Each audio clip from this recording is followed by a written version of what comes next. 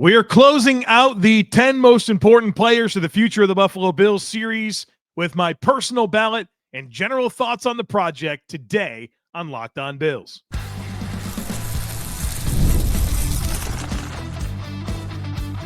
You are Locked On Bills, your daily Buffalo Bills podcast. Part of the Locked On Podcast Network, your team every day. What's up, Bills Mafia? It's Joe Marino, author of the Herd Mentality Substack, co-host of the Locked On NFL Scouting Podcast, co-host of the NFL First Read Podcast, and I'm your host of Locked On Bills. Want to thank you for making Locked On Bills your first listen every day, and a big welcome and shout out to our everydayers. You know who you are. Those of you who never miss a single episode, I appreciate y'all being here very, very much. I'd also like to invite you to subscribe or follow for free on YouTube or wherever you listen to podcasts. We're part of the Locked On Podcast Network, your team every day. Well, folks, welcome in. We've spent the last several conversations working through this yearly project that I put together, ranking the 10 most important players to the future of the Buffalo Bills. And I collaborated with 14 other people to develop a consensus list of the top 10. And on Monday, we debuted the top 10. On Tuesday, we went through and got a little bit deeper, talked about every player that received a vote, and got into some of the unique questions about the individual ballots that were submitted. But today, I want to make this about my list. I want to give you my personal ranking and tell you how I stack this up, and then close things out with some general thoughts on the project, my biggest takeaways and how this all came together, and some thoughts on how it's changed throughout the 5 years of doing this project. So let's start with me giving you my personal ballot. We'll work through it 1 to 10, and I will tell you where I had the player, and then, of course, in comparison to the rest of the panel. Now, let me say this. Myself and Ryan Talbot were the only two ballots to have our 10 players as the consensus top 10. Not necessarily the exact same order, but the 10 players that I submitted were the 10 that landed as the consensus, which I think is pretty interesting. I don't know that that's ever happened for me. Usually there's one or two that I might have a little higher than the consensus, but I guess I came out of this with a very chalk ballot, I guess, based on how the 15 sets of rankings averaged together. My number one player and the number one player for the panel was Josh Allen. It's pretty cut and dry. I mean, the guy's the NFL MVP. I'm not sure there's a player in the league that means more to their team than Josh Allen.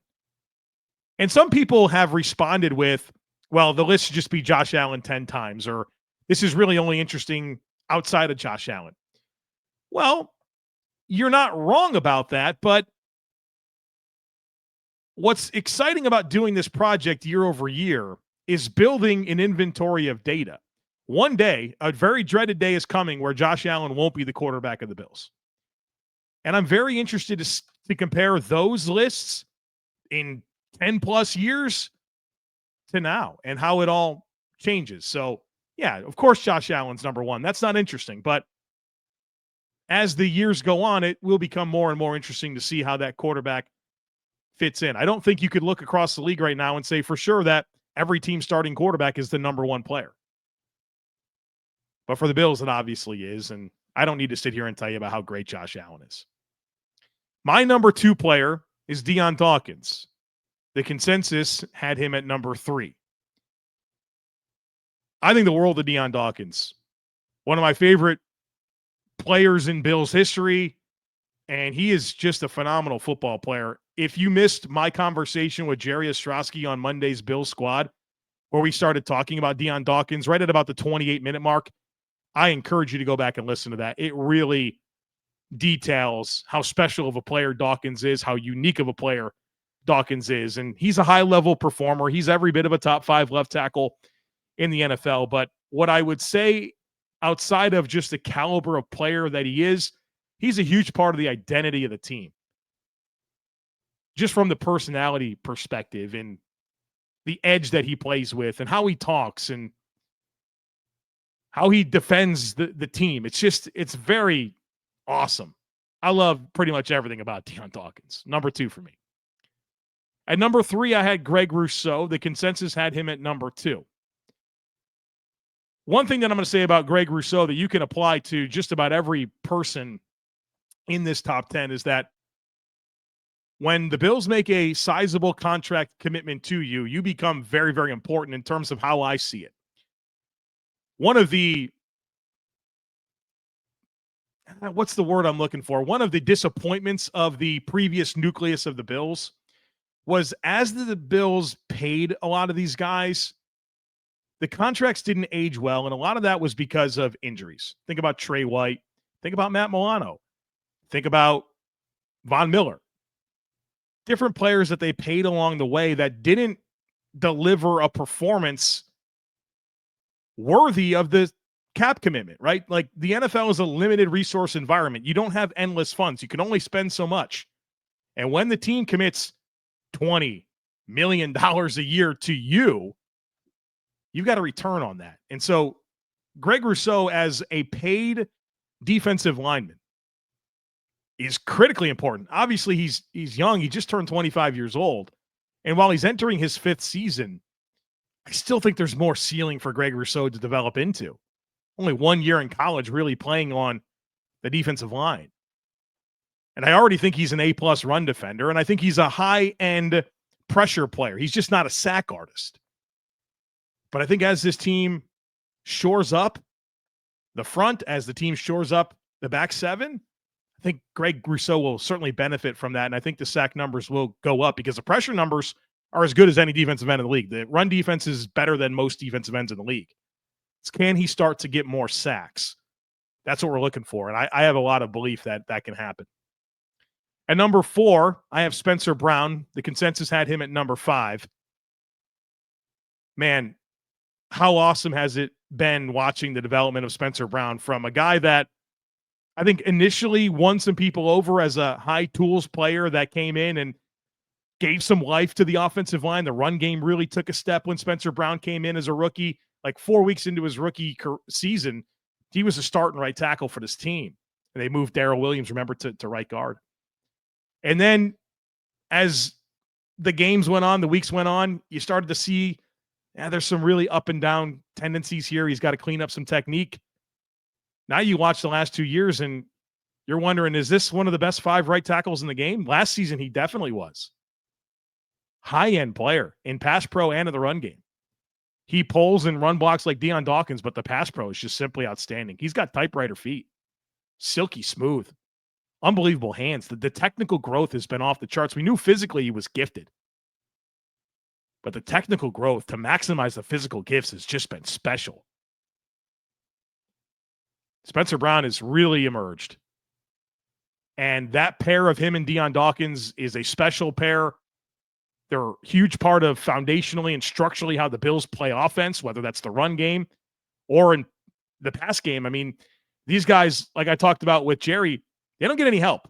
The Bills run 5-man protections, I would guess, at the highest rate of any team in the NFL. They don't get tight end help. They don't get running back help. And not only do they handle that at a high level, but the consequence of that is now you have all 5 of your eligible receivers in routes. And when you have to keep guys in to help pass pro, you've only got 4 or 3 guys in routes. And it's hard to get open when they're dropping 7. And you only got 4 on the menu or 3 on the menu. It's a huge part of the equation. These tackles are special. Spencer Brown, Dion Dawkins are absolute studs. And then at number 5 for me, I have Khalil Shakir. The consensus had him at number 7. With Khalil Shakir, I just go watch that Houston game without him. Rough. He is a baller. Like, obviously, he makes plays. He maximizes his opportunities. But he's also a stabilizing player for Josh Allen, knowing that he can just count on Khalil Shakir to catch and run, to get open in the middle of the field, to make a tough catch down the field, to do clutch things like all the time.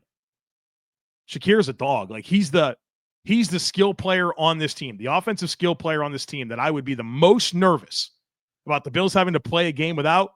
It would be Khalil Shakir. Got to have that guy. And boy, what a find he's been as a 5th round pick. So my top 5, Josh Allen, Dion Dawkins, Greg Rousseau, Spencer Brown, Khalil Shakir. Coming up on the other side of it, we'll get to my next 5 and compare that to the consensus before we get into some bigger general thoughts on the project. So folks, be sure to stick with me. As a small business owner, your work doesn't end when the clock hits 5. Your business is always on your mind, which means when it's time to hire, you need a partner that works just as hard as you do. That's where LinkedIn Jobs comes in. When you clock out, LinkedIn clocks in. LinkedIn makes it easy to post your job for free, share it with your network, and get qualified candidates all in one place. And you can post your job using LinkedIn's new feature that actually helps you write job descriptions and then quickly get your job in front of the right people with deep candidate insights. And here's a pro tip. Add the hashtag hiring frame to your profile picture to double your reach to get those qualified candidates. No wonder 72% of small businesses say LinkedIn helps them find high-quality hires.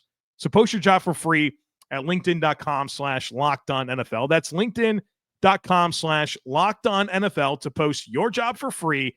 Terms and conditions apply. All right, let's get into the back half of my top 10.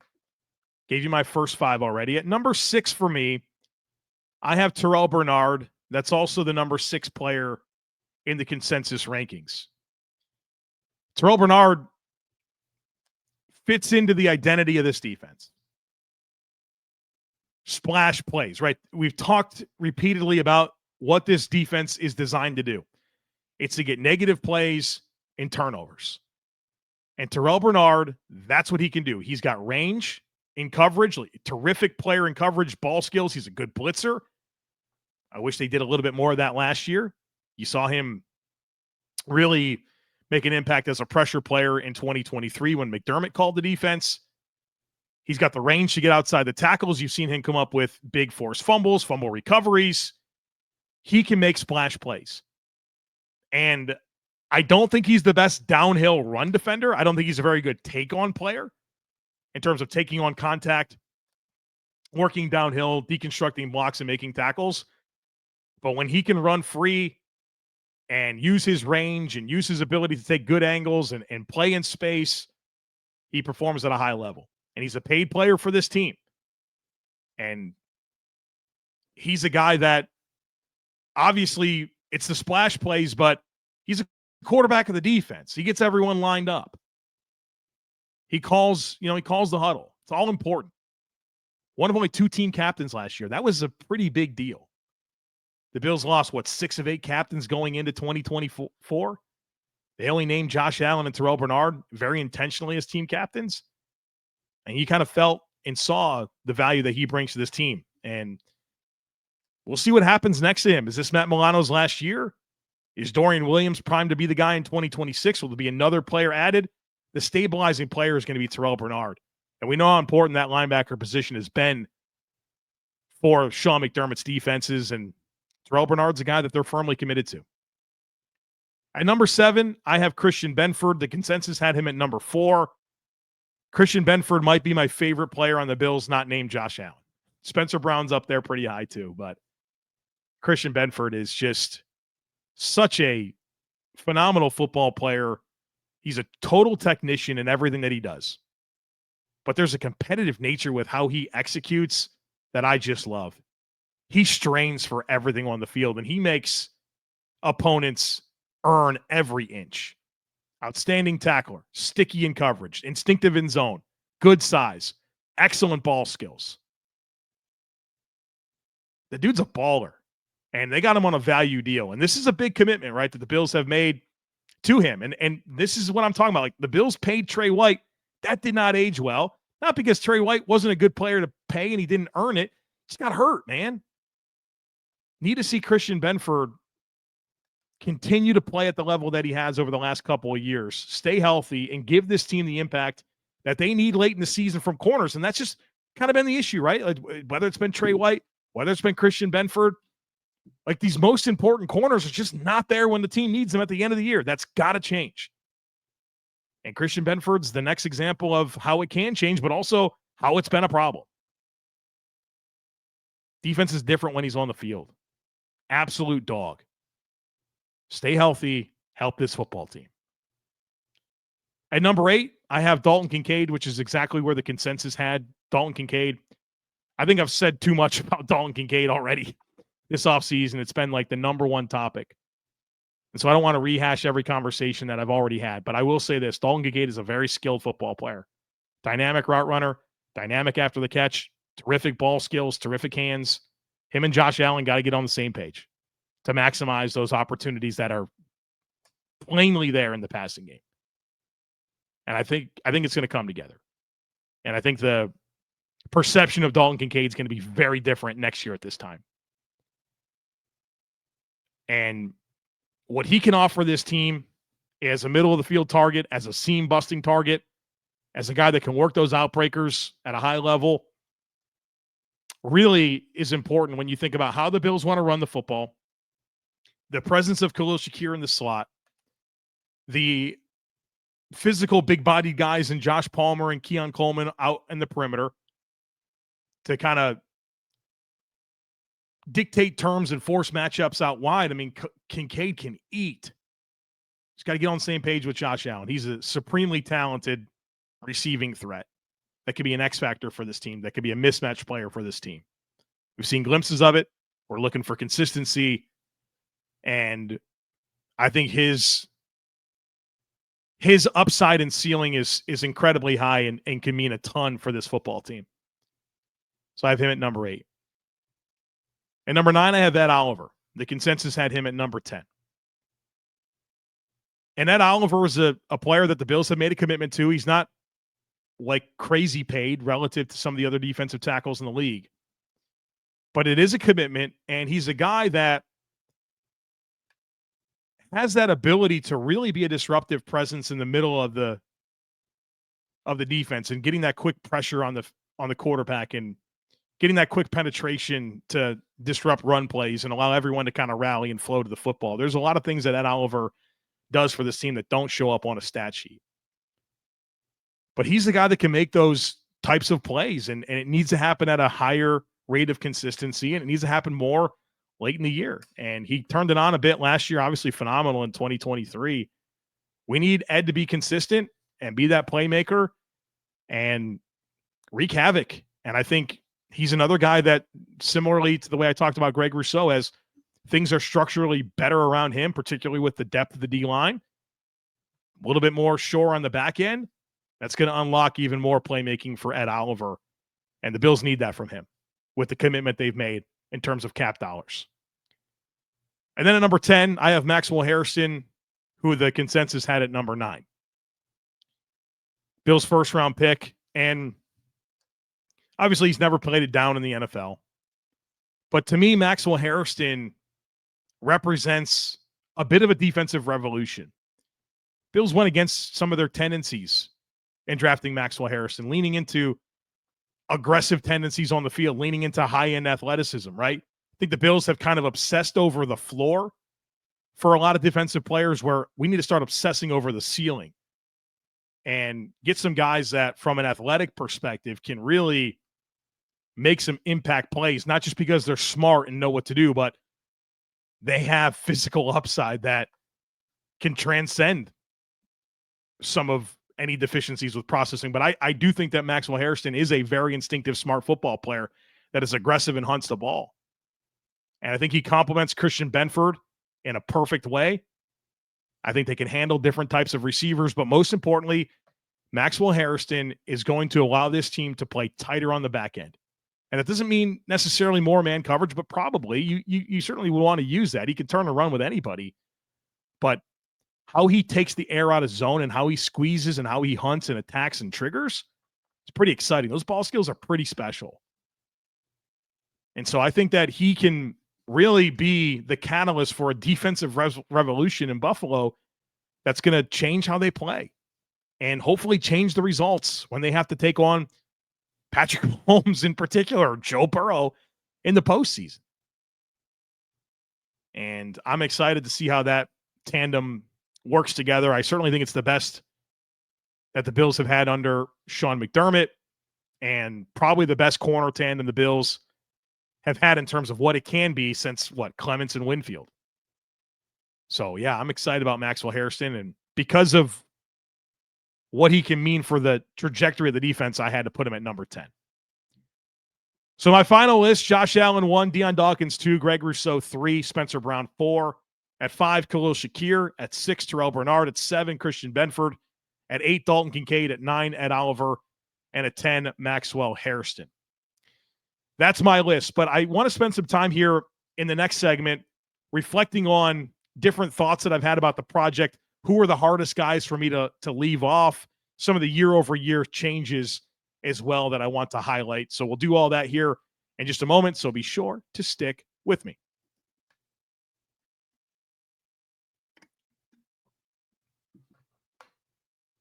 All right, folks, welcome back. I hope that throughout these conversations, right, we've done really, I guess this is the fourth one because we did the initial list, we did the panel follow-up.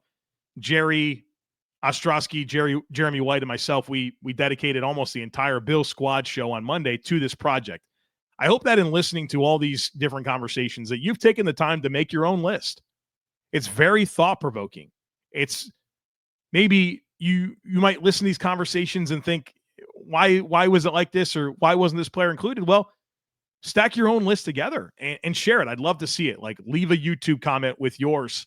A lot of people have done that, and I've really enjoyed seeing it. I love the varying opinions, and I love seeing how people see it and then asking myself questions about why it was stacked that way, or maybe why I didn't do it that way. It just leads to good thoughts and good conversation. So I'd love to see your list. And also a big thank you to the panel. You know, there's 13 different people that gave me time and effort to thoughtfully put together a list, to produce the video clips. That's not lost to me, and I appreciate that greatly. And of course, everyone in the Discord. It was cool to include a fan ballot this year where almost 1,800 Bills fans in our Discord channel were given the opportunity to submit a ballot, and then we took all those and averaged them together to give a 15th ballot here of our Discord channel. And so I appreciate anyone that took the time there to be part of that. If you want to be part of our Discord, please sign up. It's an incentive for being part of our subtext or our Substack. There's a link in today's show notes and everyday show notes to check those things out. And if you join, you get into our Discord and you can be part of that big group conversation that we are having 24/7. All right, so who are the hardest players for me to leave off? I think 3 guys really pop.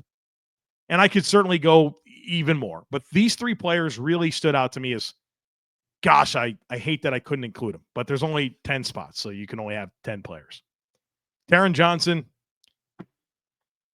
I don't know if I take Taron Johnson for granted. I certainly talk a lot about how good of a player he is and how meaningful of a player he is. But I just continue to not put him in there, and I feel bad about it. I feel terrible about it. But he's always like number 11 for me. And we saw the defense this year having to go without Taron Johnson a little bit. And I think we saw and kind of gained an appreciation for what he does bring to this team. But I continue to overlook him. It's hard. TJ Sanders is another one. I thought long and hard about TJ Sanders because this team wants to create those negative plays and turnovers, and TJ Sanders kind of doubles down on a skill set like Ed Oliver that I think can really take their commitment to that style of play to the next level and get you even more negative plays and quick pressure and sacks and hurried throws and putting offenses in bad spots, right? Football is so much just about being in advantageous positions, whether that's game script, whether that's down and distance, being two-dimensional while the other team's one-dimensional. And when you are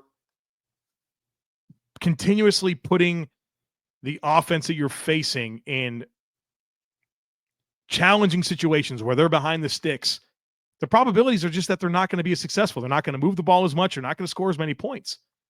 TJ Sanders can help the Bills become a more dynamic defense. And I love the run defense as well. People are sleeping on the run defense. The third guy and last guy that I'll talk about that was just very difficult for me to leave off is Keon Coleman. You know, I like the everybody eats mentality, but the more that Josh Allen is able to really find his guys and know where he wants to go to the football in particular situations and have that chemistry, it's going to matter. I think you can simultaneously Love the concept of everybody eats, but also, hey, when we need a play and when there's something we want to challenge and stress, we know what to do and how to go to it. And that's going to matter a ton. And I think Keon Coleman's a player that the Bills, obviously, it's basically a first-round pick. I know they traded out, but that resource was a first-round pick that they wind up investing in Keon Coleman. He's very young. He's got really good body control and yards after catch ability and hands and ball skills. And, if he could become that guy, that leverage battle winner, the guy that can come through and make some tough catches, that can be part of, remember that Lions game and Josh Allen's rolling to his right and he finds Keon for a big gain, or the touchdown pass against the Jets where it just ripped it over the middle of the field and found Keon, like that type of stuff. Seattle game, the big run after catch against Tennessee. Like you've seen him make these types of plays that are very dynamic. And the more that him and Josh Allen can get that going, the better this offense is going to be. And there's obviously, youth and upside that I'm excited to see unlocked. So those are the three hardest for me to leave off: Taron Johnson, TJ Sanders, and Keon Coleman. Some general thoughts here on the consensus list. So back to not just my own, even though it was the same players. All 10 of the players that made the consensus top 10 for back-to-back years were all drafted players. So it's funny, we get so excited about like free agent additions or trades or whatever. The most important players continue to be the ones of the Bills draft. And I didn't do the math on this in advance, but I think if you were to go even further down the list, you're going to see draft pick after draft pick. Actually, number 11 winds up being Josh Palmer. But then it's Taron Johnson, draft pick. Cole Bishop, draft pick. Connor McGovern, free agent signing. Keon Coleman at 15, draft pick. TJ Sanders at 16, draft pick. So you can see that's 14 of the top 16 most important players of the future of the Bills are all drafted players. So I'd love that this team continues to find answers through the draft. And there's a lot of guys that were not necessarily high picks, like Christian Benford, a 5th rounder, Spencer Brown, a 3, Terrell Bernard, a 3, Khalil Shakir, a 5. So yeah, there's first round picks, but there's also guys that aren't. Taron Johnson was a 4. Cole Bishop, a 2. Keon Coleman, a 2. TJ Sanders, a 2. Like, there's been some nice finds in the draft. There's also an even split of offense and defense, 5 offensive players, 5 defensive players. But this is something that really stands out to me and really signifies how important Josh Allen is. This is 3 straight years in a row with a different number 2 player. Diggs to Kincaid to Rousseau. And in 5 years of doing the project, we've had 4 different players at number 2. So it was Diggs a couple of years, Kincaid, Rousseau, and Tre'Davious White. That's kind of interesting, right? I haven't done this for every other team, but I do wonder if there'd be more consistency with 1 and 2 for other teams. And the last thing I want to point out are some year-over-year changes, particularly of 2024 to 2025. There were 4 players, really 5 players that dropped a ton and 4 players that rose a ton. So let me highlight these really quickly here. Dalton Kincaid went from 2 to 8. People are soured on Kincaid. Don't be surprised when he's really good this year. Ed Oliver from 3 to 10. Keon Coleman from 4 to 15. Keon Coleman was drafted, and before he was ever in a Bills uniform, we rated him as the 4th most important player to the Bills, the future of the Bills, and he fell to 15 1 year later. Matt Milano went from number 8 last year to not even ranked. No, he didn't get a single vote. Last year, he was the number 8 player. This year, he didn't get a single vote. And how about James Cook? James Cook went from number 12 to number 20. People would tell you that last year was his best year. And he went from 12 to 20 after having his best season. I would guess a lot of that is contract related. I sent, we have like a group text. I sent a message to the group and I said, if James Cook had signed a contract extension in April, would he have been on your ballot? And a couple of people said yes, but a lot of them still said no. So those were the big drops. Kincaid 2 to 8, Oliver 3 to 10, Coleman 4 to 15, Milano 8 to no votes, James Cook 12 to 20. But there are 4 risers that I want to highlight. Greg Rousseau goes from 7 to 2. Spencer Brown went from 13 to 5. Khalil Shakir 14 to 7. And Christian Benford from 9 to 4. So it's cool to see some of those guys climb. And of course, all 4 of those guys, somewhat recent contract extensions. So there you have it, folks. We did it. We've had a lot of conversations about the 10 most important players to the future of the Bills. I always enjoy this project. Middle of May next year, we'll be doing it again. And I'll be interested to see how I tweak it or evolve it or improve it. If you have ideas for that, let me know. I want this project to be comprehensive. And so if you have different thoughts on how we can improve it, leave me a comment here on YouTube. All right, folks, that's going to do it for us here today. As always, I kindly ask that you share, subscribe, rate, and review the podcast. Have a great rest of your day. Go Bills. And I look forward to catching up with you again real soon.